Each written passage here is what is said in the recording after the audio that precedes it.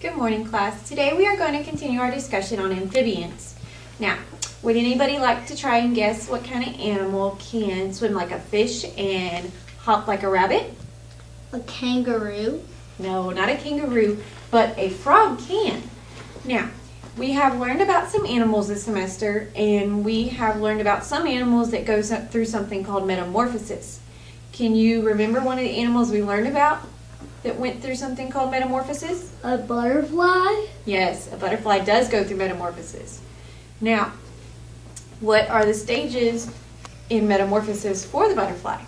An egg, a caterpillar, a pupa, a chrysalis, and a butterfly. Very good.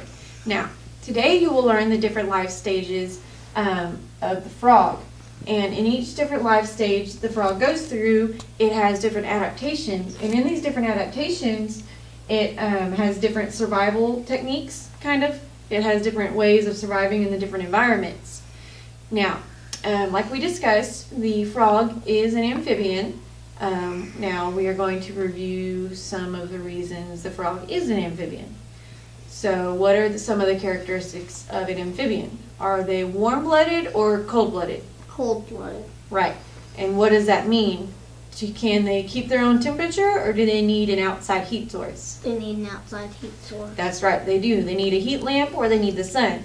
Do they have a backbone? Yes. Yes, they do have a backbone. And they also lay eggs. They also have smooth skin, and most amphibians have gills and lungs. Now, let's look at the frog's life cycle. The frog first begins as an egg.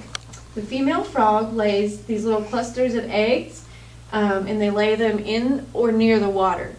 And these clusters of eggs are set in this jello-like stuff. The next stage is called the tadpole stage. And when they hatch into the tadpole stage, they hatch into these tadpoles and they look like fish. They have lungs and they swim in the water. They have gills. They swim in the water like little fish, and you can't tell that they're a frog at all. They look like little minnows. And the next stage is called the tadpole with the legs. And in this stage, they start to grow these teeny tiny little legs, but you can't really tell at all. And then the next stage is called the froglet stage. And they have a tail. They have 4 legs, and at this stage they have started to breathe with lungs. They can hop around on the land, but they also have a tail. And of course, the last stage of the frog life is when they become an adult frog. And when they're an adult frog, they live on the land, they breathe with lungs, and they have 4 legs, and they don't have a tail anymore. And like we said, the frog is an amphibian.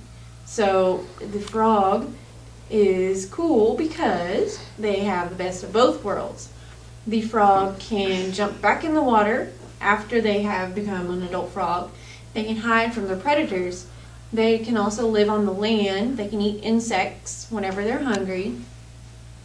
And also they are adapted to survive in the wetlands and the swamps because that's where they lay their eggs, and then also that's where they can go for survival to hide from the predators. They can jump in the water. Now, today we have learned about their survival techniques, and we have learned about their life cycle. Now, can anybody name the different parts of the life cycle?